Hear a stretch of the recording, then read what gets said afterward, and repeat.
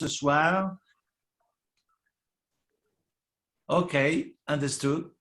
Donc, ce que j'aimerais partager avec vous ce soir, c'est une étude, en tous les cas, une lecture, parce que personne ne détient la vérité, et encore moins moi, mais une lecture sur la paracha de Bo et sur Makat Bechorot et le Korban Pessah et le sacrifice pascal qui suivra et qui fait donc partie de Makat Bechorot.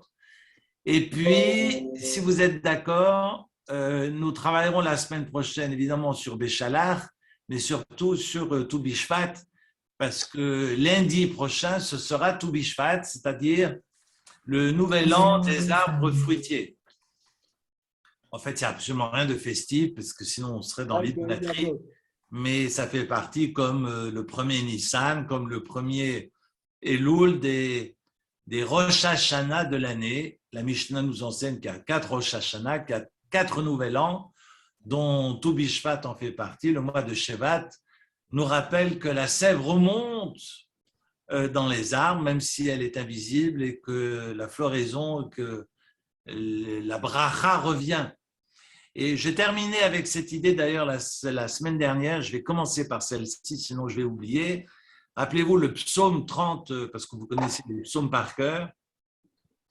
Le psaume du roi David, numéro 30, Lamed, il dit à Romimecha Doshem Kidilitani, que Dieu ne m'élève Kidilitani. On sait que le zodiaque, le signe du zodiaque du mois de Shevat, c'est le Verseau. Bon, vous allez me poser la question, mais pourquoi tu évoques le zodiaque? Le zodiaque n'est pas une invention du monde, j'allais dire, du monde civil. Je me souviens quand j'étais enfant, on avait non pas des sidorim pour les fêtes qu'on appelait les noms d'éditeurs actuels, mais on avait les Rodelheim, c'était les anciennes éditions allemandes dans lesquelles j'ai appris quand j'étais gamin les rituels des fêtes. Et je me souviens qu'à Pessah, comme à Shemini Atzeret, il y avait tous les signes du zodiaque mentionnés dans la prière pour la pluie et la prière pour la rosée. Et il y avait tous les signes du zodiaque et on avait une prière, comme on a les Piyutim, les Yotzrot, on avait des prières pour chacun des signes.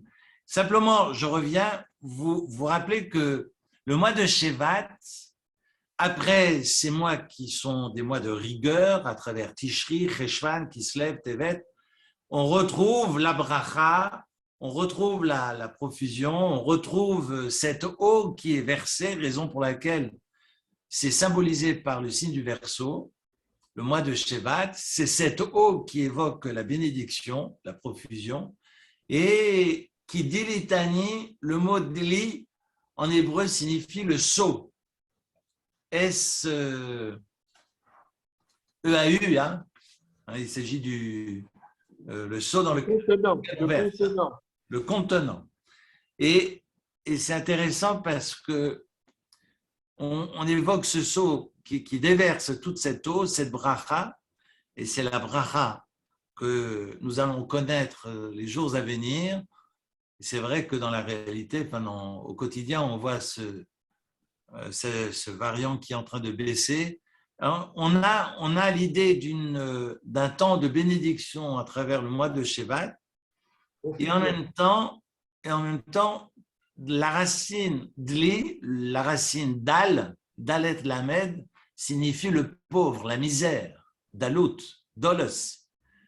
Et pour avoir écouté Rav Shemouni, qui disait en fait le seau, pour pouvoir avoir cette eau, eh bien, il faut le descendre profondément dans le puits. Et j'aime bien cette idée parce que là, on fait preuve d'humilité. Quand on fait descendre notre propre seau le plus profondément possible, eh bien, c'est seulement quand le seau a touché le fond que Dieu aromimecha, que Dieu soulève ce seau et permet effectivement de rejaillir et donner l'eau et donner la bénédiction à soi-même et autour de nous. Et je pense qu'on est dans un temps de transition, même si on ne voit pas la sève monter dans les arbres fruitiers. C'est ce qu'évoque le mois de Shevat, où la bracha est là, où la lumière est là, et cette lumière germe dans l'obscurité et dans l'adversité que nous traversons. Voilà l'idée sur laquelle nous avions terminé la semaine dernière et que je voulais en fait entamer les pourparlers de ce soir à travers cette belle idée du signe du zodiaque propre au mois de Shevat. Alors, comme d'ailleurs souvent, il y a beaucoup d'abréviations que l'on retrouve dans les textes autour du mois de Shevat, Shin, Vet, Tet. Beaucoup diront Sheyiyu Besorot Tovot, que ce mois soit de bonnes nouvelles pour nous toutes et nous tous. Sheyiyu Besorot Tovot. Il y a beaucoup d'abréviations. Il y en a, je n'ai pas en tête là maintenant, mais j'en ai entendu beaucoup ces derniers jours. Mais j'aime bien cette idée-là de Sheyiyu Besorot Tovot et c'est celle que j'aimerais partager ce soir avec vous. La paracha de Bo, si vous êtes d'accord, c'est le texte de l'Exode au chapitre 10, où l'Éternel va demander à Moshe Rabbeinu de venir. Ce n'est pas la première fois, c'est la troisième fois, mais c'est le début de la paracha, raison pour laquelle tout le monde pose la question, pourquoi Dieu dit non pas va vers Pharaon, mais viens vers Pharaon. Et Rachid dira parce que Dieu vient avec Moïse. Et curieusement, sur cette septième plaie, cette huitième plaie, parce qu'on en a 7 dans la paracha de Vaïra, et la huitième, la neuvième et la 10e sont mentionnées dans notre paracha d'aujourd'hui, autrement dit, les sauterelles, l'obscurité et la mort des premiers-nés. Eh bien, il est marqué au deuxième verset, où le Ma'at et Saper Bosne Bincha ou Bincha, vu qu'il s'agit de l'oralité, il devez parler aux oreilles de vos enfants et des petits-enfants, et Asher Italalti B'Mitzraim, et Totai Bet Mofetai, et Asher Samtivam, Idatem Kani Hashem, Dieu nous dit qu'on doit transmettre, qu'on doit faire entendre aux oreilles de nos descendants, biologiques ou de substitution. On ne parle jamais d'enfants biologiques, on parle d'enfants en général. Mais ça, ce n'est pas la question. Mais l'essentiel du Passouk, qui est finalement de la Torah veut dire d'ailleurs transmission. Je rappelle juste, entre nous soit dit, que Torah vient du verbe haro. Torah est le substantif du verbe haro, qui veut dire, haro veut dire enseigner, donc Torah veut dire enseignement. Donc le mot Torah en soi veut dire transmission. Que finalement, ce qui nous reste, et le sens de notre vie, c'est de transmettre. Que l'on profite ou que l'on ne profite pas, finalement, le sens de la vie, c'est de transmettre. De continuer et faire et tout mettre en œuvre pour que les choses puissent continuer, que l'on soit présent ou pas. Mais c'est ça l'essentiel. Et Tessaper Bosne Bincha, il raconte aux oreilles de tes enfants, et les commentateurs diront que là, on est face à l'oralité. Toutes les autres makotes, les autres plaies ont été ordonnées par Dieu, et celle-ci sera donc révélée par Moïse. Dieu ne lui dit pas, les sauterelles, c'est Moïse. Alors, c'est une question à laquelle je suis en train de réfléchir, je n'ai pas encore la réponse. Je dois réécouter Rav Rosenblum à cet égard, mais c'est Moïse lui-même qui imposera les sauterelles, et non pas une autre macabre, non pas une autre plaie. Et les sauterelles vont apparaître, vont manger finalement le blé et l'épeautre qui n'ont pas été mangés, qui n'ont pas été détruits par la grêle que l'on mentionnait la semaine dernière. Et on est sur les 3 dernières makot, le rocher, et ensuite Makat Bechorot. C'est intéressant que avant Makat Bechorot, nous avons notre pharaon à la fin du chapitre 10 qui va dire à Moshe Rabbeinu, Ishamer lecha al tosev reot panai, ki beyom reotecha panai tamut, ne t'aventure plus à venir à moi, à venir me voir, car le jour où tu verras mon visage, tu mourras. Pharaon se prend pour Dieu, parce que nous avons effectivement cette même expression qui sera reprise dans 3 semaines autour de Kitissa, non bien plus, dans 5 semaines, lorsque après le veau d'or, après les 10 commandements et après 3 mois après le veau d'or, on va avoir,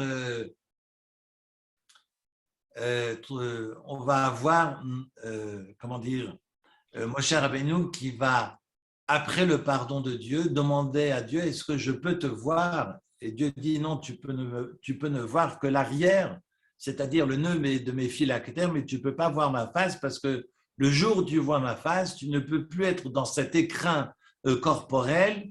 La neshama automatiquement risque d'échapper finalement à ce qui te retient et à ce qui te réduit finalement en tant qu'être humain, et tu mourras. Ce n'est pas une condamnation, mais ce n'est pas possible d'être dans cette proximité avec le divin et rester être de chair et d'os.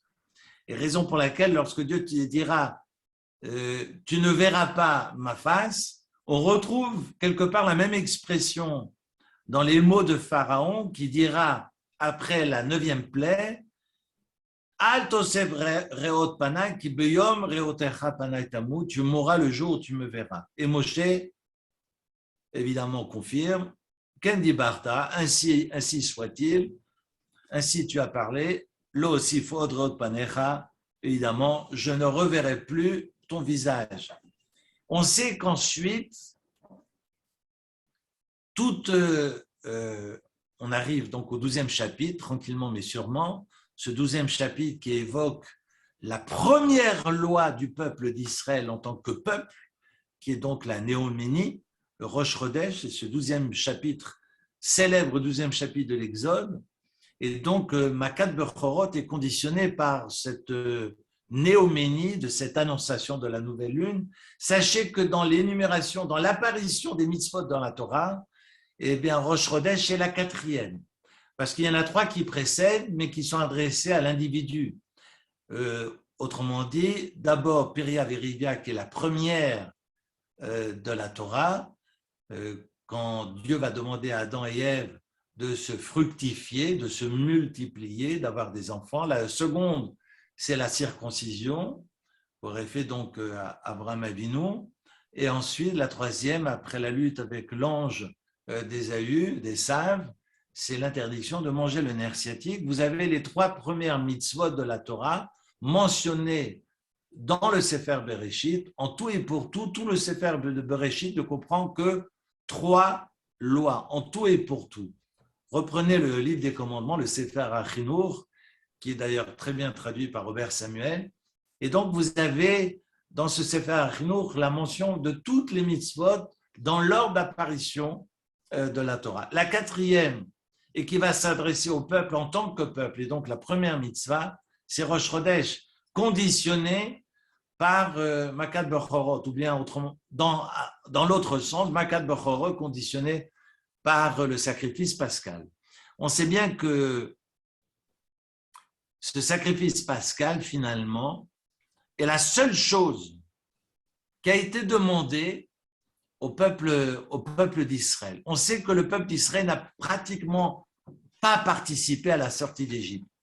Il est complètement absent des dialogues entre Moshe Rabbeinu, entre Aaron et Pharaon, et d'ailleurs, il ne se révolte absolument pas, ni contre les uns ni contre les autres. Même durant sa dernière nuit d'esclavage, le peuple d'Israël n'est absolument pas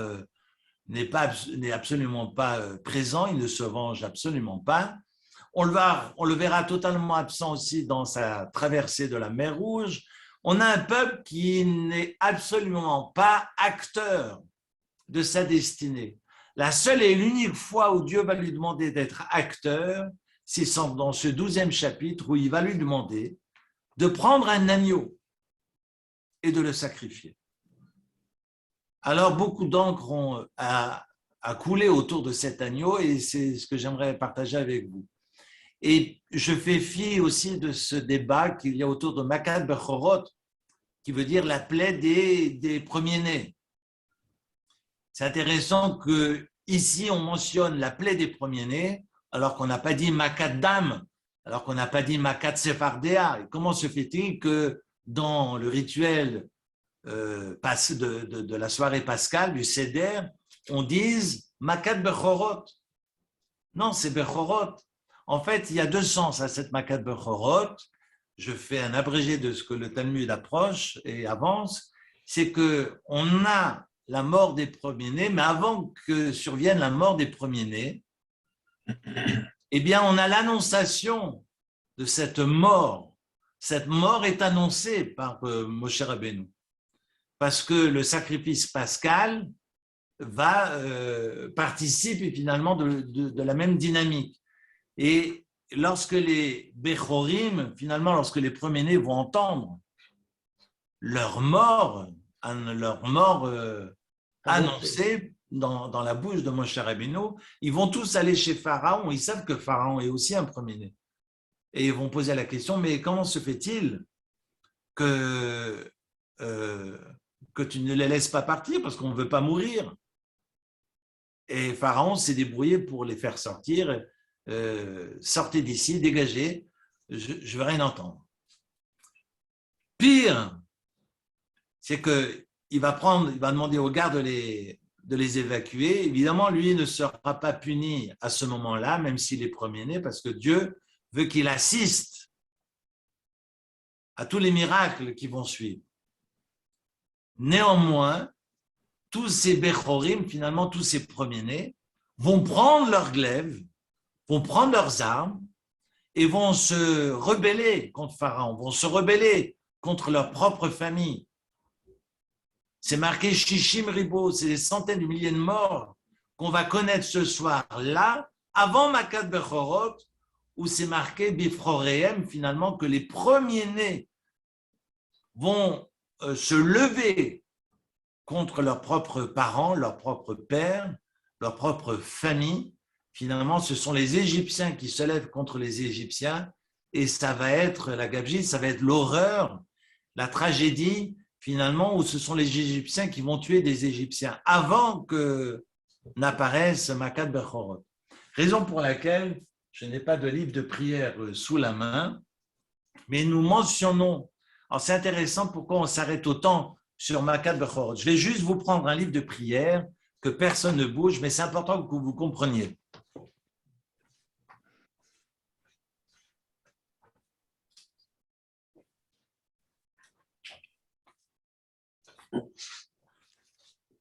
C'est important que vous compreniez parce que quand vous faites le Hodou Hashem Kitov, qu'on récite tous les Shabbats matins, qu'on soit Sfarad, Ashkenaz, peu importe, vous regardez Hodou Hashem Kitov, Kilo Olam Chazdo, Hodou Elokim, Kilo Olam Chazdo, Hodou L'Adonai O Adonim, Kilo Olam Chazdo, L'Ose Niflaot Gedolot Levado, Kilo Olam Chazdo. Vous connaissez évidemment tous ces Hodou Hashem par cœur, qui font référence à la création du monde.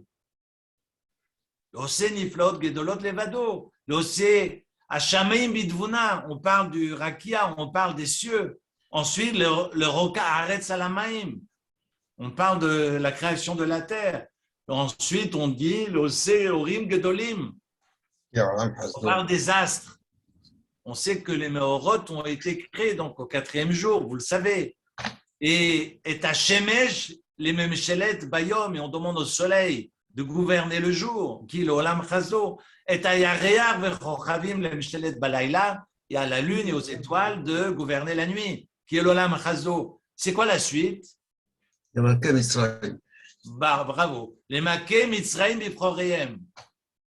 Que Mitzrayim a été frappé par ses aînés. Que ça veut dire Bifrorehem? Non, que les aînés égyptiens ont été frappés. Non, c'est marqué les Maké Mitzrayim.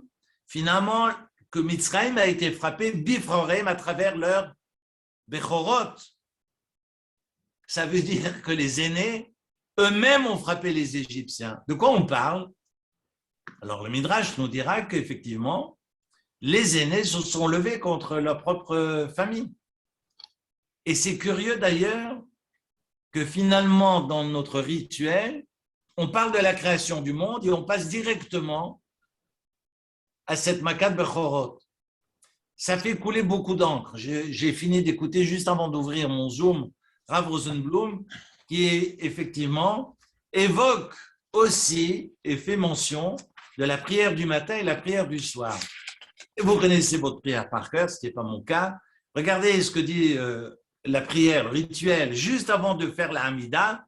Le matin, c'est marqué Mimitzraim galtanu. Tu nous as sauvés, tu nous as libérés de l'Égypte. Umibet avadim peditanu. Tu nous as sauvés de la maison des esclaves. Kol bechore marakta. Tous les premiers-nés, tu as tué. On ne parle pas de Dam, on ne parle pas de Tzvardea, on ne parle pas de Kinim. Il n'y a pas eu seulement une plaie, il y en a 10. Mais on dira Kol bechore marakta. Tous les premiers-nés, tu as tué. Ou bechorecha galta. Et tu as choisi ton bechor à toi. Extraordinaire. J'y reviens tout à l'heure. Mais vous remarquerez qu'on parle que de Makat Bechorot. Comme si Makat Bechorot n'était pas le substrat, mais finalement était ce que Dieu visait. Varum.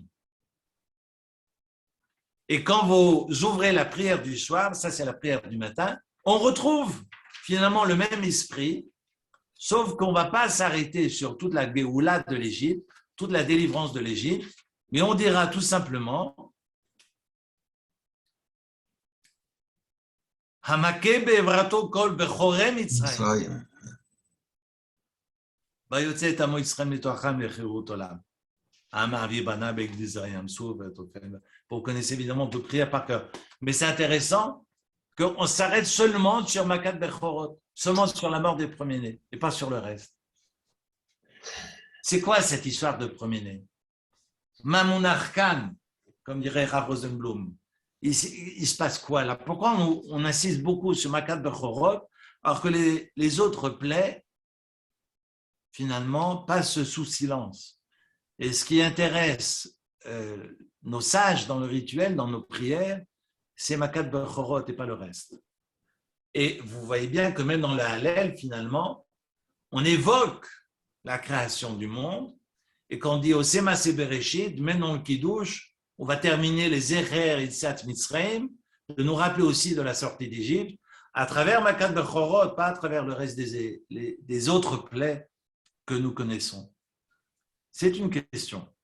Alors moi, je vais faire un patchwork, parce que j'ai pas mal de rabbins que j'ai lus ces temps-ci, Rav Shemouni, Rav Rosenblum, Rav Ariel Rebibo, Rav Spielberg, bon, il y en a quelques-uns, donc je vais essayer de vous faire un résumé. Rien n'est de moi, tout est d'eux, mais je vais essayer de formuler dans mes mots ce que les uns et les autres apportent autour de Makat Bechorot. Ce qui est important de comprendre, c'est que l'agneau était idolâtré par les Égyptiens, ça vous le savez. Mais on sait que les Béné Israël confirment leur fidélité à travers ce sacrifice de l'agneau, et ce qui est difficile de comprendre, on peut comprendre leur courage et leur fidélité, mais si on doit s'extraire de l'idolâtrie, pourquoi c'est l'agneau? Et en quoi l'agneau est représentatif, surtout qu'il n'est absolument pas inscrit, sauf erreur de ma part, dans le panthéon égyptien? Et si l'idolâtrie, finalement, est cette déviance où je vais, comme c'est le propre du paganisme, c'est-à-dire d'adorer toutes les forces de la nature, je ne comprends pas que vient faire l'agneau ici.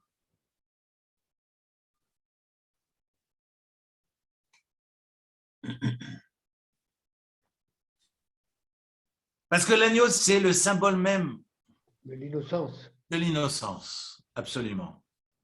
C'est le symbole même de ce qui est pur, de ce qui est blanc, de ce qui est inoffensif. Et c'est intéressant qu'il y a dans ce paganisme l'adoration des forces et également l'adoration du faible, de ce qui représente la victime. Et on pourrait penser qu'on ne divinise pas l'agneau, et c'est ça que la Torah vient nous apprendre, qu'il y a aussi une idolâtrie beaucoup plus subtile et je pense beaucoup plus pervers dans le monde moderne, et pas seulement en Égypte. C'est qu'on peut effectivement être en adoration d'une victime qui souffre. Je fais un abrégé, mais ça fera sourire peut-être les psychologues présents, comme s'il y avait cette compassion, mais une compassion qui est malsaine de celui qui souffre et qui peut donc être en adoration de celui qu'on fait souffrir. Et ce n'est pas gratuit, et pardonnez-moi d'avancer de tels propos, que l'on retrouve dans l'Occident cette idée d'adorer finalement un homme qui est victime de la cruauté du monde, de la cruauté des hommes, et qu'on appelle l'Agnus Dei, et curieusement qui est aussi l'agneau, mais qui est le fils du bélier, qui est donc l'agneau de Dieu, les Havdil. Mais je trouve ça très intéressant, et cette idée n'est pas de moi, elle est de Rav Spielberg. Je pense que c'est la raison pour laquelle Jacob n'a pas voulu se faire enterrer en Égypte. Parce que dans les textes d'Isaïe, Jacob est perçu comme l'agneau, comme le fragile, et il dit non, non, moi je ne veux pas tomber dans ces déviances, dans cette adoration, et je veux que mon corps rejoigne Marat Marpella et que je puisse être enterré avec mes pères. Ça, c'est la première chose que je voulais partager. Ensuite, ce qui est intéressant, c'est qu'on retrouve finalement le sacrifice de l'agneau pascal le 15 Nissan. Et on sait que l'agneau est le fils du bélier. Et on sait que ce qui représente le mois de Nissan est symbolisé par le bélier. Le signe du mois de Nissan, c'est le bélier. C'est intéressant que finalement on égorge l'agneau qui est le fils du bélier la nuit du 15 Nissan et qui est donc sa pleine lune, la pleine lune du mois de bélier. Et la seule chose que le bon Dieu demande au peuple d'Israël, et c'est pour moi c'est une bombe, mais je pense que c'est très important de comprendre. Alors, j'ai les mots de Ariel Rebibo, de Rav Rebibo en tête que j'aimerais partager avec vous. Le bon Dieu n'a absolument rien demandé au Béné Israël. Ils sont totalement passifs de A à Z.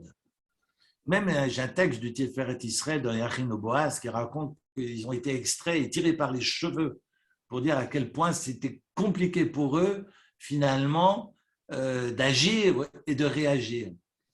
Et que quand ils sortiront, ce n'est pas pour jeter la pierre, mais ils avaient encore la stèle de Michal sous le bras. C'est dire que l'idolâtrie ne les a pas totalement... ça ne veut pas dire qu'ils n'adoraient pas Dieu.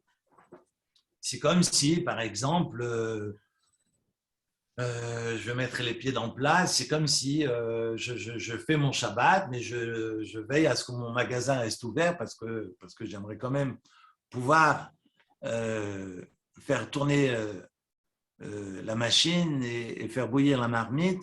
On est sur, non pas une confusion, mais une ambivalence, et on retrouve l'esprit des Béné Israël lorsqu'ils vont sortir d'Égypte, où ils sont encore finalement avec leurs idoles sous le bras.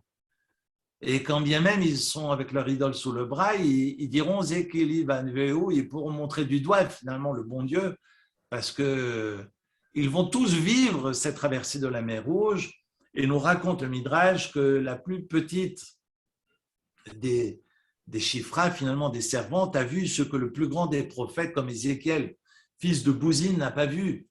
C'est dire combien ce miracle de l'ouverture de la mer Rouge est puissante, extraordinaire, magistrale, et que celui qui l'a vécu, évidemment, en était... Et tout le peuple est présent. Et j'aime bien souligner ce point-là, parce qu'aucune religion n'a démarré autour d'un témoignage collectif, mais totalement où l'ensemble du peuple est présent et l'ensemble du peuple peut témoigner des miracles survenus. Je peux très bien venir dire à mon père, tu me racontes des sottises, tu me racontes des sornettes, j'y crois absolument pas, Mais curieusement, mon voisin dit, mais mon père m'a dit la même chose.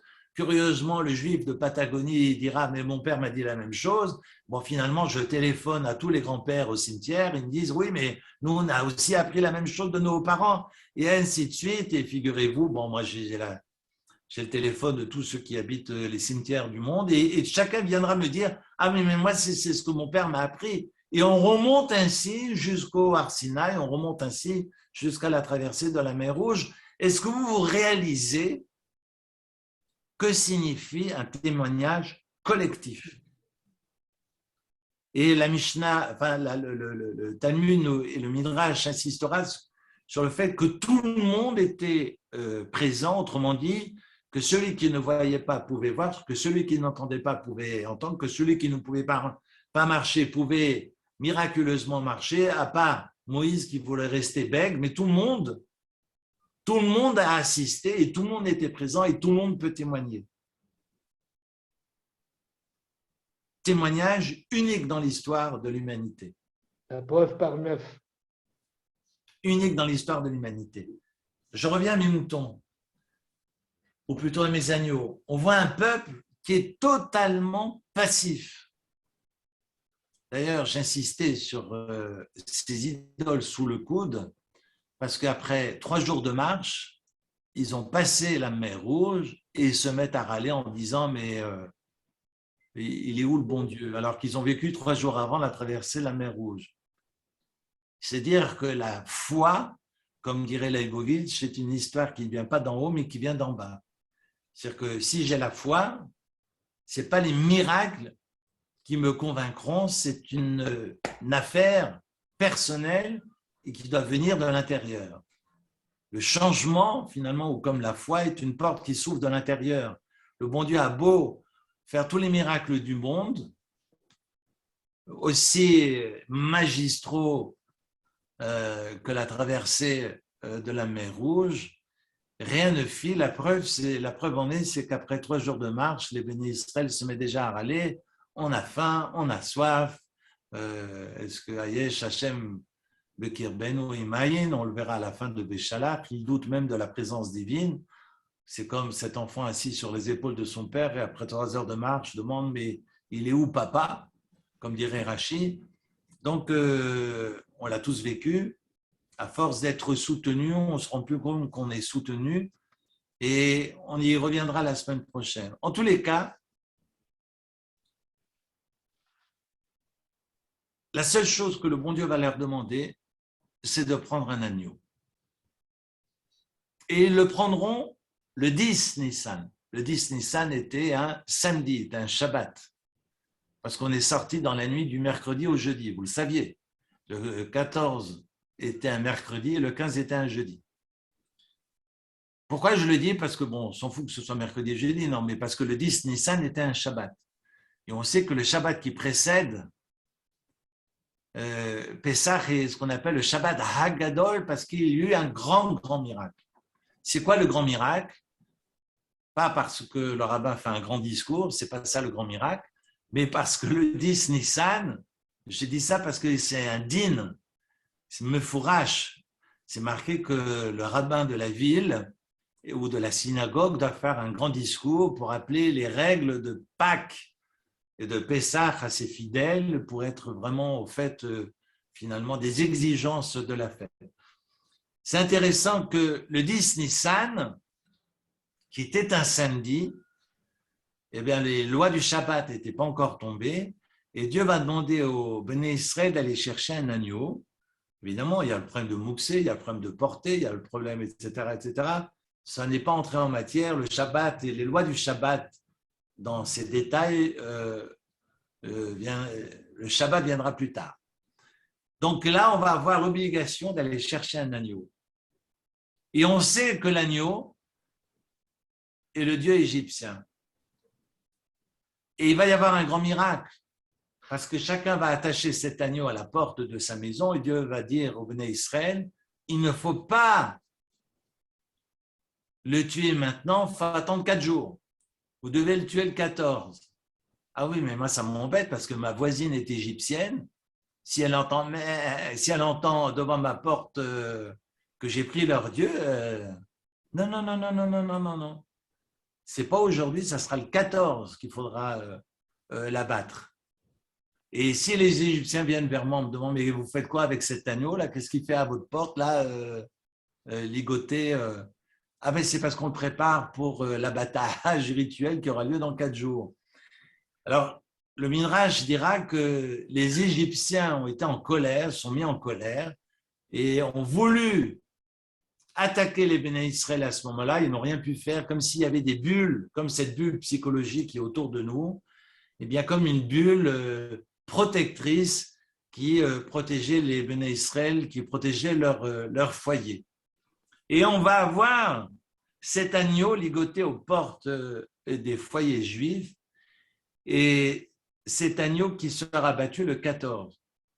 Et ce qui est intéressant, finalement, on va demander à égorger l'agneau qui représente l'Égypte, qui revient finalement à tuer leur Dieu, ou plutôt à tuer leur fils, de tuer le fils de Dieu, le 15 Nissan, et que finalement, si on attache l'agneau le 10 et qu'on le tue le 14, eh bien, cela signifie que le crime est prémédité, parce que la victime est gardée plusieurs jours à notre porte.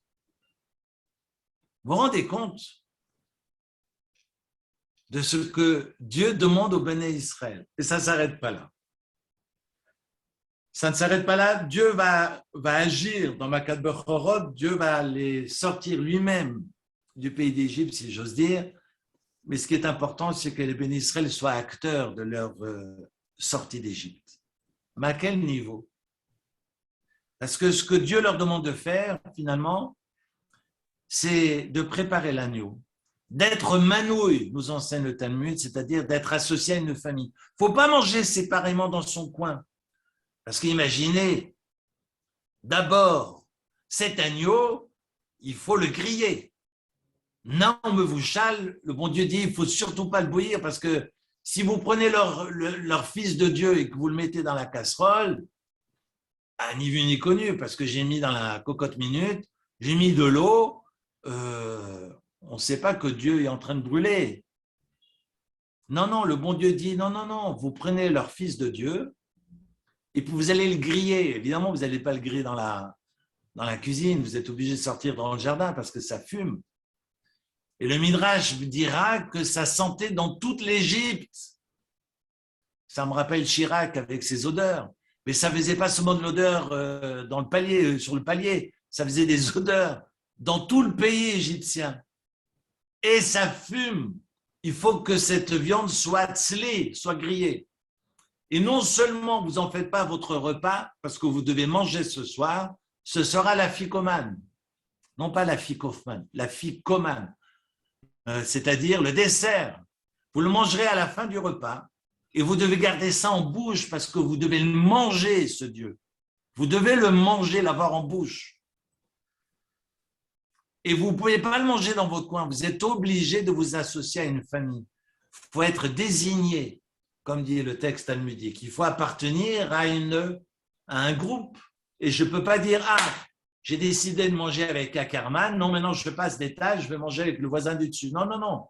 Tu as été désigné, tu appartiens à cette maison et tu ne peux pas manger en cachette dans ton coin. Tu es obligé de manger avec cette famille à laquelle tu t'es associé.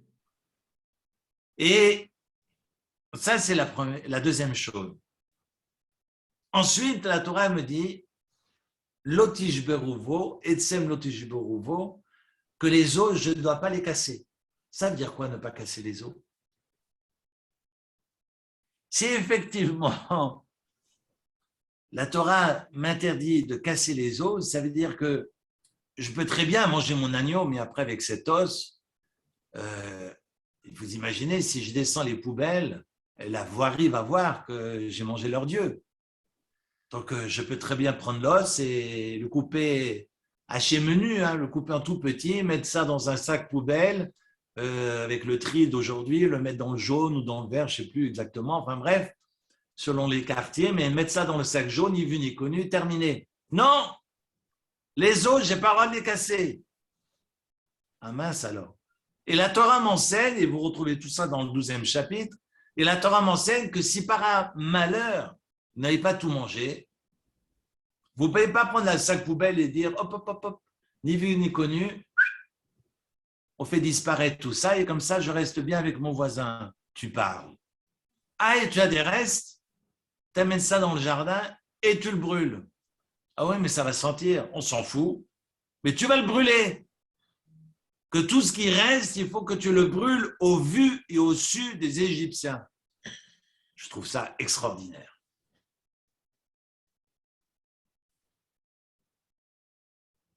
Oser tuer le prétendu Fils de Dieu, c'est ce qui nous est demandé ici. Et c'est le seul acte que le bon Dieu demande au Béné Israël. Finalement, j'ai envie de dire, de tuer les enfants des hommes, c'est l'affaire de Dieu.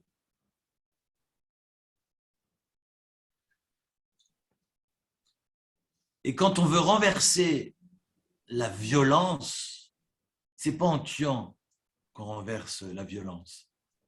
Je peux très bien prendre mes armes. Alors, je ne sais pas comment j'aurais réagi dans le ghetto de Varsovie, j'aurais sans doute pris les armes parce que c'est mon tempérament. Et ce que la Torah vient m'apprendre ici, ce que le bon Dieu vient m'apprendre, c'est que je ne renverse pas la violence en tuant. Il nous a demandé quoi là, ce soir-là?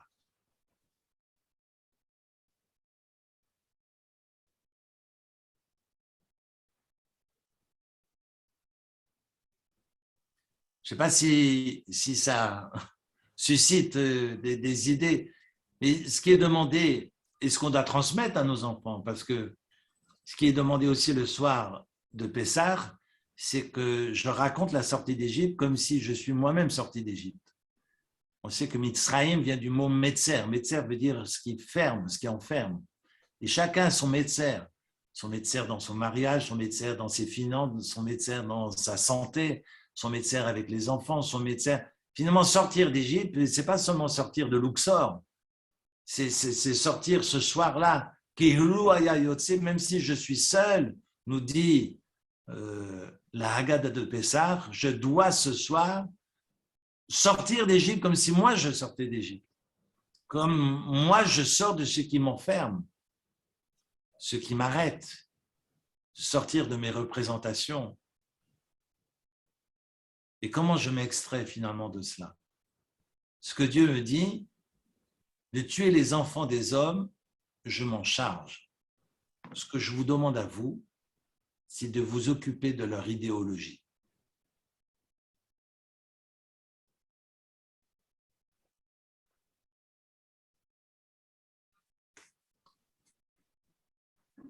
C'est finalement ce qui est essentiel. C'est finalement ce qui est essentiel.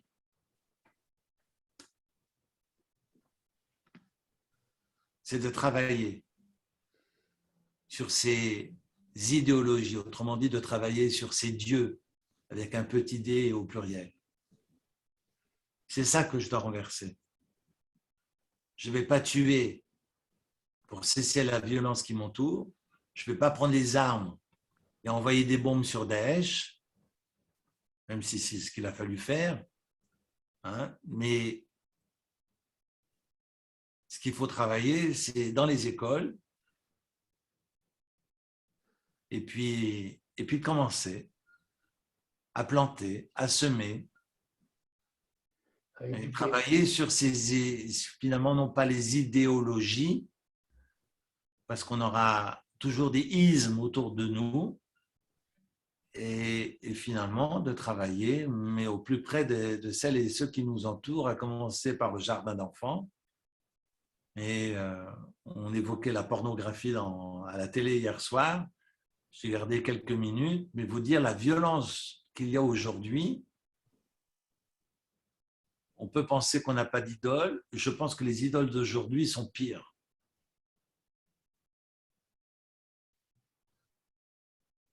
Et il ne s'agit pas d'aller tuer ceux qui véhiculent ces idées, mais ce sont ces idées qu'il faut tuer. Donc, autrement dit, le travail qu'on a à faire, c'est un travail d'éducation. Ni plus ni moins. Et c'est ça, sortir d'Égypte.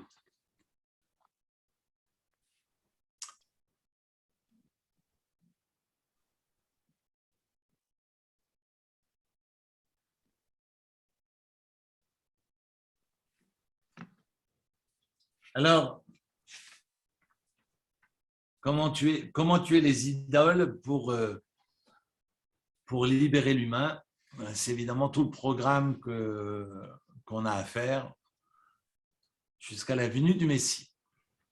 Donc, de toute façon, on a un peu de travail.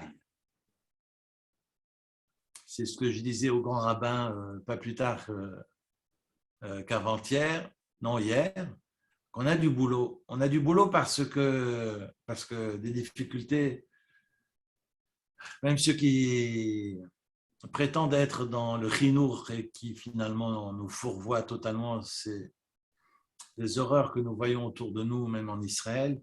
Donc, c'est pas la taille de la kippa sur la tête qui fait de moi un homme digne de ce nom.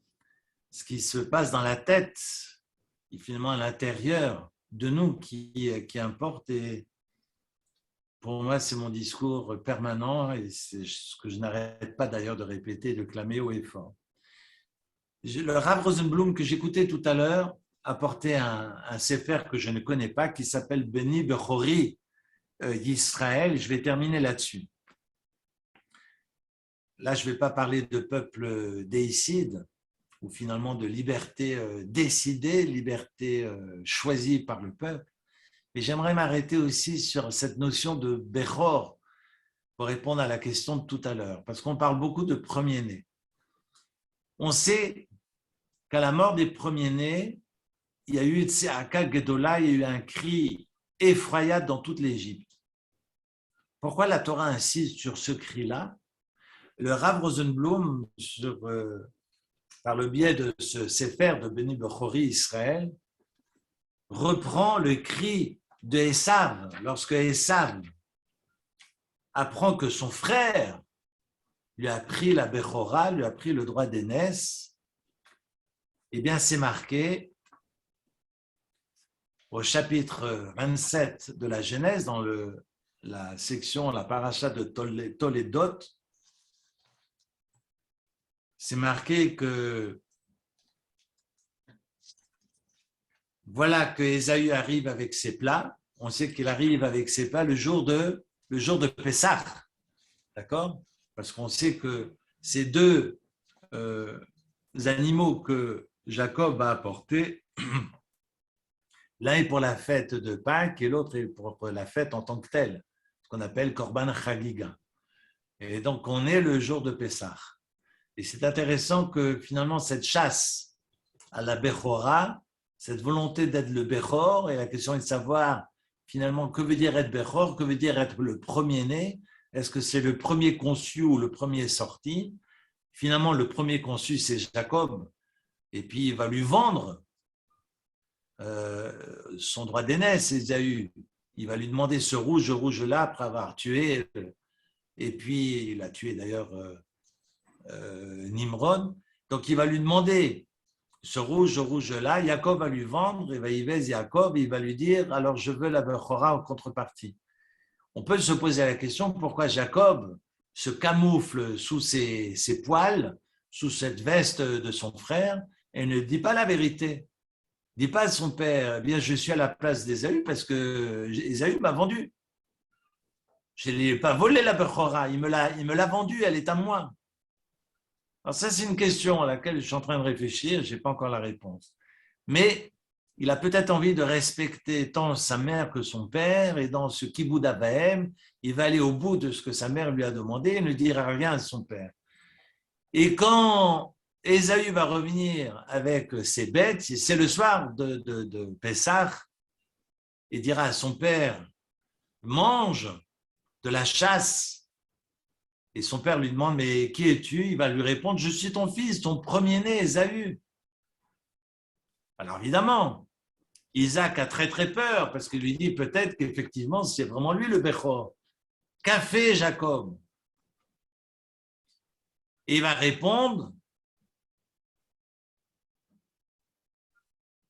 ben, quel est donc cet autre qui avait pris du gibier et me l'avait apporté?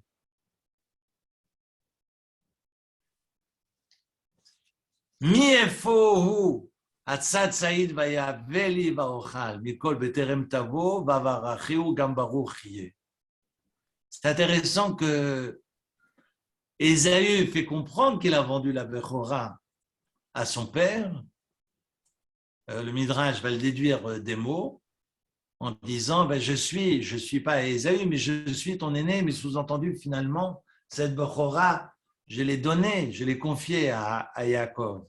Et après avoir eu très très peur, Yitzhak va comprendre que Ésaü n'est plus le Bechor et finira en disant Gam Baruch Yeye.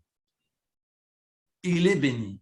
Et la bénédiction qui est une bénédiction divine que j'ai apportée à Jacob restera sur Jacob.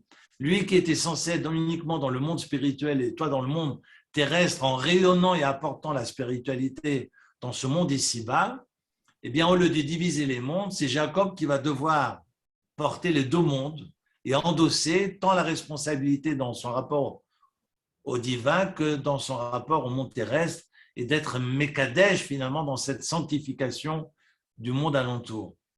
C'est intéressant, Yitzhak dira Gam Baruch Yeh, mais ce Tza'aka Gedola, ce hurlement qui va suivre, qui Shmoa Esav et Divrei Aviv, et on est au verset 34, Ésaü, entendant les paroles de son père, poussa des cris bruyants et douloureux. Et ce Sefer qui est mentionné par Rav Rosenblum, c'est marqué Vayitzak Tza'aka Gedola. Le Tza'aka Gedola Benora, finalement, c'est exactement le même cri qu'on va entendre le soir, qui est aussi ce soir-là, le soir de Pessah, sera entendu par la mort des premiers-nés. Mais Varum, pourquoi ce rapprochement?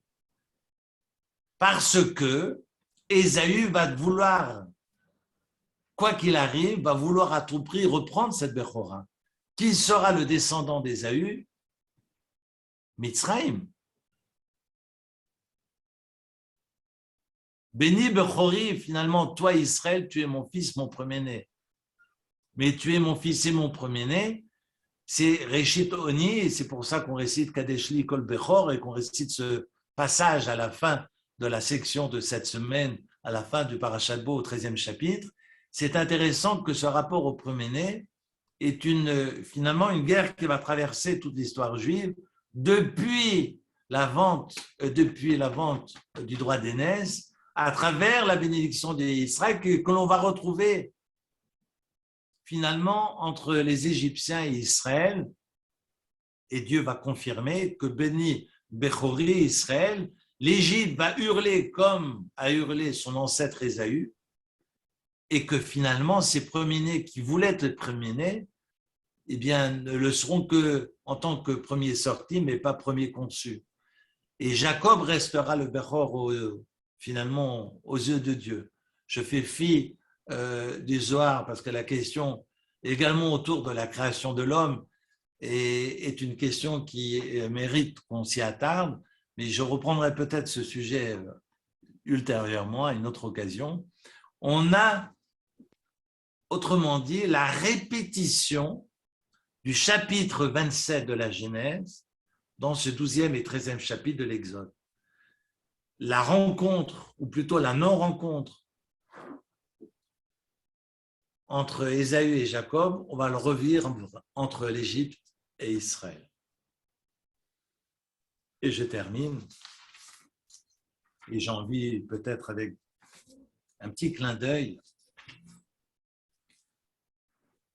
deux choses. Bechol Bechor Be'eretz Mitzrayim, c'est le message que je vous ai fait parvenir de Rav Kling vendredi, où on parle de tout premier-né en terre d'Égypte et non pas tout premier-né égyptien, pour dire que tous ceux qui sont présents et qui ne disent mot consent, et je trouve la leçon fondamentale.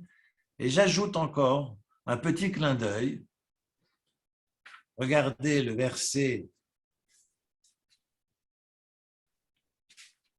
au chapitre 12,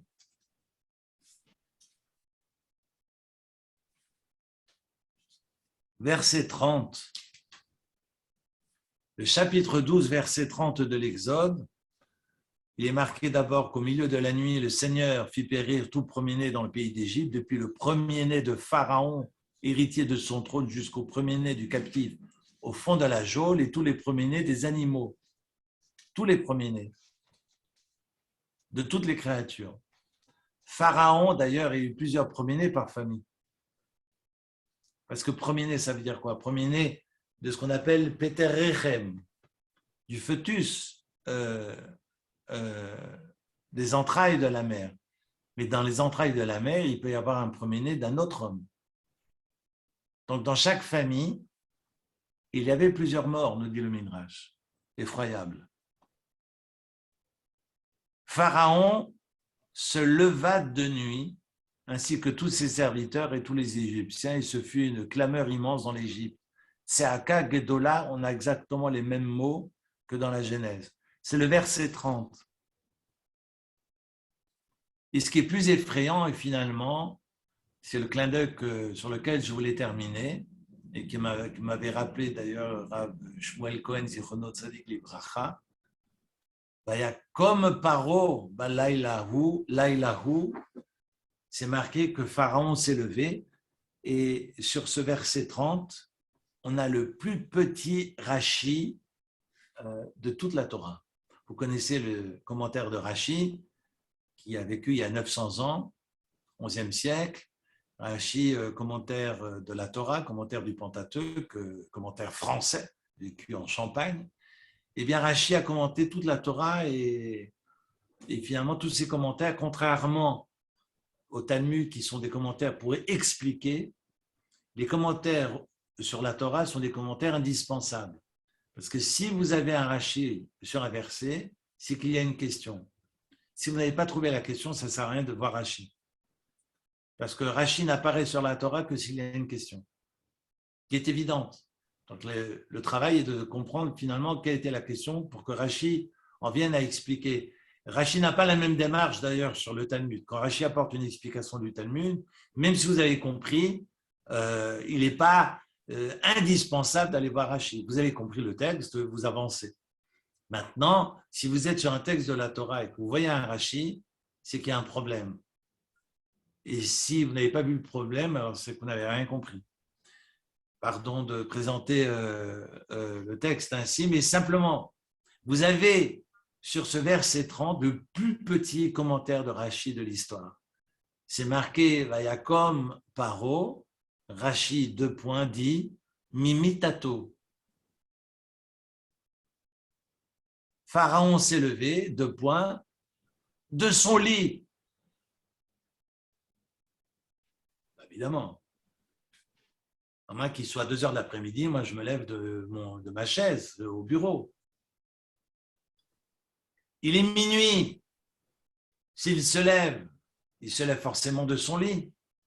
Pourquoi Rashi a besoin de nous le dire? Donc il y a un problème. C'est quoi le problème?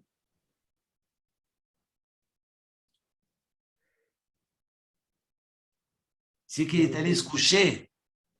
C'est ça le problème.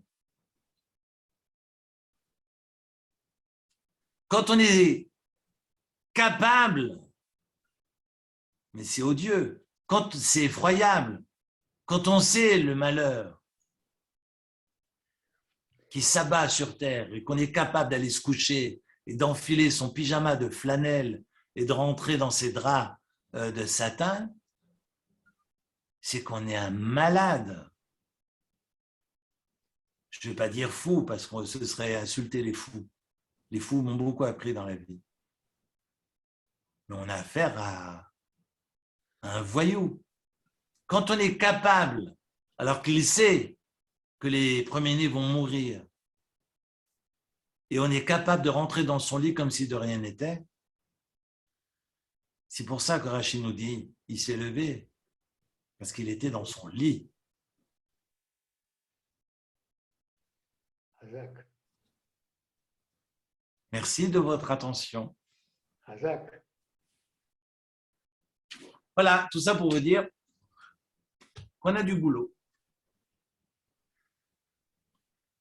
Donc, maintenant qu'on traverse le Covid, je ne vais pas vous empêcher d'aller vous coucher, mais ce n'était pas l'objet de mon propos. Mais quand il y a des problèmes, eh bien, On n'a pas envie d'aller au lit. on n'a pas tellement envie d'aller au lit. En tous les cas, on a des responsabilités, sûrement. Voilà, merci de votre attention et de votre fidélité. Merci Eric. On se retrouve. Eric. Et bonne soirée. Simplement, Bonne soirée, Shavuot. Shavuot Tov, merci à toutes et à tous. J'aimerais juste vous dire, on se voit la semaine prochaine.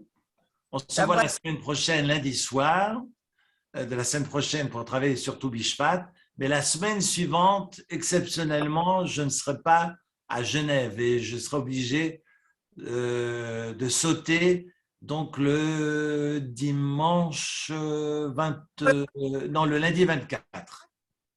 Donc le lundi 24, il n'y aura pas cours exceptionnellement.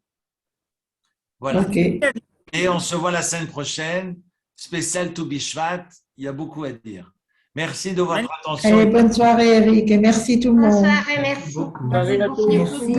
Au revoir tout le monde. Bonne soirée à tous. Merci, merci beaucoup. Bonne soirée. Erev Au Tov. revoir. Au revoir. D'accord. Au revoir. Bonne soirée.